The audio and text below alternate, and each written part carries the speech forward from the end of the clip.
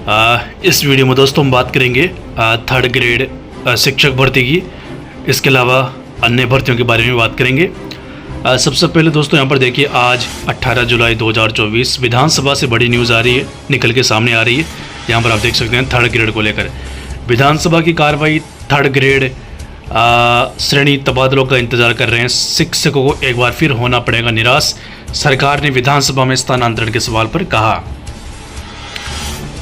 यहाँ पर देखिए, तृतीय श्रेणी तबादलों का इंतजार कर रहे हैं शिक्षकों को एक बार फिर होना पड़ेगा निराश। सरकार ने विधानसभा में स्थानांतरण के सवाल पर कहा, अभी सभी तरह के तबादलों पर रोक। तृतीय श्रेणी अध्यापकों के तबादलों को लेकर बनाई जा रही नीति, इसके लिए आमजन, शिक्षाविद और शैक्षिक संगठनों के सुझाव के बाद बनाई जाएगी तबादला नीति। सरकार के इस जवाब से हो गया स्पष्ट, फिलहाल थर्ड ग्रेड के तबादले खोले जाने का प्रस्ताव विचाराधीन है। और अन्य जो मंत्री गजेंद्र सिंह खींवसर, अभी 1-2 दिन पहले ही उन्होंने बयान दिया है कि तबादला नीति तैयार है, जल्द ही मुख्यमंत्री उसकी घोषणा करेंगे। और यहाँ आज शिक्षा मंत्री का कह रहे हैं कि अभी तो बनाया नहीं कुछ भी, अभी तो यहाँ पर देखिए, इसके लिए आमजन, शिक्षाविद, शैक्षिक संगठनों के सुझाव के बाद बनाई जाएगी तबादला नीति।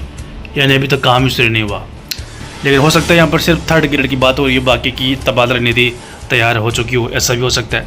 ठीक है। इसके अलावा दोस्तों, गोविंद सिंह डोटासरा का ट्वीट अभी थोड़ी देर पहले का, प्रदेश की भाजपा सरकार आरक्षित वर्ग के युवाओं के साथ अन्याय एवं उनके भविष्य से खिलवाड़ कर रही है, जिससे नौजवान भारी आक्रोशित है। राजस्थान सरकार द्वारा जारी की जा रही भर्ती परीक्षाओं में SC, ST, OBC, MBC, EWS वर्ग के पदों को कम रिक्त बताकर विज्ञप्ति निकाली जा रही है, जिससे इन वर्गों को संविधान द्वारा प्रदत्त आरक्षण का सही लाभ नहीं मिल रहा है। सरकार से अपेक्षित है कि भर्तियों में आरक्षित वर्ग के मूल पदों से छेड़छाड़ न हो एवं आरक्षण का ही सही वर्गीकरण किया जाए। तो यहाँ पर देखिए, नई भर्तियों को लेकर बात हो रही है। अभी सरकार को 1 लाख पदों का वर्गीकरण भी जारी करना है भर्तियों का।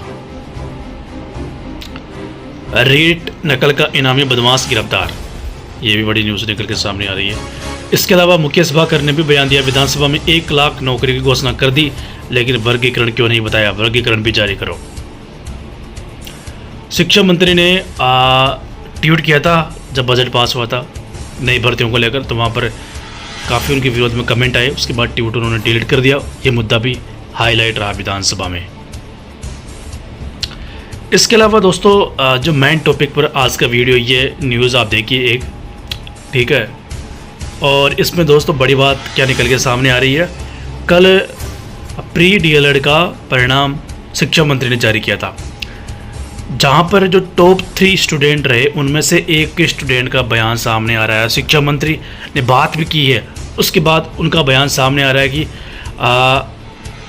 यहाँ पर देखिए बयान क्या है। उससे पहले वर्धमान महावीर खुला विश्वविद्यालय ने प्री DLED का रिजल्ट बुधवार को जारी कर दिया। विश्वविद्यालय परिसर में शिक्षा मंत्री मदन दिलावर ने इसका अनाउंस करते हुए पहले 3 स्थानों पर रहे अभ्यर्थियों को फ़ोन पर बधाई दी, उनसे पौधा लगाने की भी अपील की।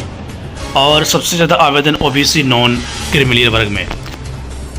टॉपर्स के इंटरव्यू, नागौर जिले में मेड़ता सिटी के चूंदरिया निवासी चेलाराम तीसरे स्थान पर रहे। उन्होंने कहा कि नियमित पढ़ाई से सफलता मिली है, लेकिन लेवल 3 यानी थर्ड ग्रेड की बात हो रही है ना, लेवल 3 मतलब थर्ड ग्रेड समझो आप। लेवल 3 शिक्षक भर्ती में यानी थर्ड ग्रेड शिक्षक भर्ती में महिलाओं को 50% आरक्षण देते हुए मेरा DLED करने का मन नहीं है। हाँ, परिस्थिति तय करेगी मुझे क्या करना है। अभी छात्रावास अधीक्षक, LDC, अन्य प्रतियोगी परीक्षाओं की तैयारी कर रहा हूँ। पिता बंसीलाल किसान और माँ शारदा देवी गृहिणी है।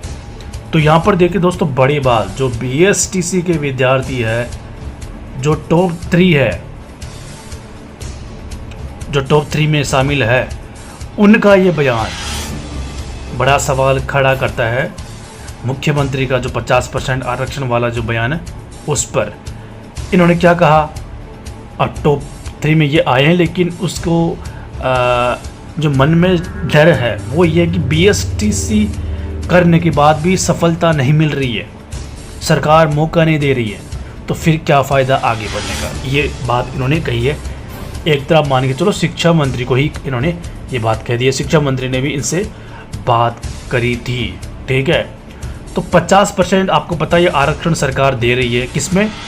लेवल 1 में। पहले पूरी थर्ड ग्रेड शिक्षक भर्ती की बात चल रही थी, थर्ड ग्रेड में 50% आरक्षण।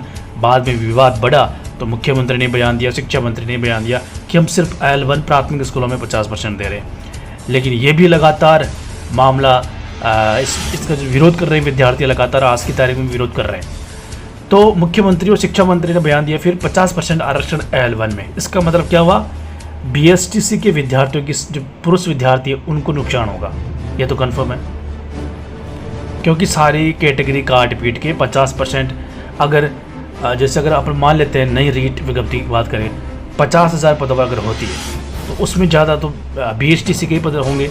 25,000 अपन मान के चलते हैं, तो 25,000 में से तो 12,500 करीब 13,000 पद तो महिलाओं जो 50% आरक्षण वाला मैटर है उससे ही भरे जाएंगे। बाकी कितने बच गए? बाकी कैटेगरी में तो ना महिलाएं, ये तो 50% फिक्स क्राइटेरिया है, वहाँ पर शामिल होगी। तो 13,000 तो ये हो गई। बाकी 12.5% भूतपूर्व जो एक्स सर्विसमैन है वो भी तो है ना, TSP एरिया के भी है, और 10% महिलाओं को जो जनरल महिला है उनको भी फ़ायदा हो रहा है। तो सारी चीज़ें काट पीट के देखें तो कोई 20% का आंकड़ा ही पहुँचता जो है वो बचता है, जहाँ BSTC के पुरुष विद्यार्थी ही वहाँ पर टक्कर में होंगे। और संख्या की बात करें तो लड़कियों से ज़्यादा लड़के हैं BSTC में, सभी में लड़के ज़्यादा होते हैं, ठीक है, संख्या ज़्यादा होती है। तो इसी को लेकर ये जो टॉप 3 में आए हैं जिनका नाम चेलाराम तीसरे स्थान पर है, इन्होंने ये बयान दिया, ठीक है, कि शिक्षक भर्ती थर्ड ग्रेड में महिलाओं को 50% आरक्षण देखते हुए मेरा तो मन ही नहीं कर रहा DLED का। अब यहाँ पर देखिए दोस्तों, ये काफ़ी इस पर सरकार को सोचना पड़ेगा कि ये एक विद्यार्थी की बात नहीं है, लगभग BSTC जो कर रहे हैं सबके मन में, जितने भी पुरुष विद्यार्थी हैं सबके मन में यही सवाल है, अकेले इनकी नहीं है। और इसके दोस्तों देखिए आरक्षण की अभी मुख्यमंत्री भी बात कर रहे हैं लगातार, हर इंटरव्यू में जहाँ पर जा रहे हैं रैली कर रहे हैं, लेकिन ऑफिशियली अभी लागू नहीं हुआ है। अभी विधि राय ली जा रही है, कार्मिक विभाग द्वारा अभी ऑफिशियली घोषणा नहीं हुई। लेकिन अगर मुख्यमंत्री कह रहे हैं तो आप मान के चलो लागू होगा, मतलब ठीक है। और बड़ी बात दोस्तों ये है कि BSTC के विद्यार्थी इसके विरोध में, बाकी कैटेगरी भी है BSTC को भी नुकसान होगा। बाकी पुलिस में वहाँ पर ज़्यादा नहीं बढ़ाया, वहाँ 30 से 33% करा है, या 30 से 50% डायरेक्ट, ठीक है। तो ये हो गई। शिक्षा मंत्री ने DLED का परिणाम जारी किया, तो शिक्षा मंत्री ने इनसे फ़ोन पर बात भी की और इनका ये बयान शिक्षा मंत्री के सामने आ रहा है, ठीक है। इसके अलावा दोस्तों थर्ड ग्रेड की मैंने आपको बता दी तबादले को लेकर शिक्षा मंत्री का बयान, कभी हाँ कभी ना, कभी बोलते तैयार हो चुकी है तबादले लेते, कभी नहीं हुई है, कभी कुछ भी नहीं हुआ है, ठीक है। तो ये सारी चीज़ें सामने आपके सामने है। अभी गजेंद्र सिंह कियोंसर इनके मंत्री है, कल परसों ही उन्हें बयान दिया कि तबादला नीति तैयार है, मुख्यमंत्री जल्द इसकी ऑफिशियल घोषणा करेंगे, लागू हो जाएगी मतलब। और यहाँ पर शिक्षा मंत्री कह रहे हैं अभी तो कुछ हुआ ही नहीं, बनी ही नहीं, ठीक है। तो ये बड़ी बात निकल के सामने आ रही है थर्ड ग्रेड को लेकर। इसके अलावा नई भर्ती की भी मांग कर रहे हैं बेरोजगार कि 1 लाख पदों का वर्गीकरण कब जारी होगा। देखिए दोस्तों 1 लाख में जो मुझे लग रहा है 30,000 के आसपास पद शिक्षा विभाग के रहेंगे। हाँ, इसमें रीट नहीं होगी, लेकिन रीट के पद अभी सरकार नहीं बताएगी क्योंकि रीट के पद है ही नहीं इतने सरकार के हिसाब से। तो 30,000 पद 1 लाख में से मुझे लगता है शिक्षा विभाग के होंगे, जिसमें आपको फर्स्ट ग्रेड की, सेकंड ग्रेड की, PTI की लगभग सारी भर्तियाँ देखने को मिलेगी। बाकी आप मान सकते हो 70,000 में से कोई 40,000 स्वास्थ्य विभाग में लग सकती भर्तियाँ। तो फिर बचता कितना? 30,000, फिर 30-40,000 आंकड़ा बचता है। तो उसमें पटवारी की हो जाएगी, कांस्टेबल, SI, RES, बाकी अन्य भर्तियाँ शामिल है। तो ये मुझे लगता है ऐसा ही आंकड़ा, कुछ ज़्यादा अंतर आने वाला नहीं है। शिक्षा विभाग की इतना ही पढ़ाएंगे 30,000 के आसपास, ये आप कन्फर्म मान के चलो। रेट पात्रता कराएगी सरकार पहले, शिक्षक भर्ती बाद में कराएगी, तब जारी होगा थर्ड ग्रेड का पदों का वर्गीकरण।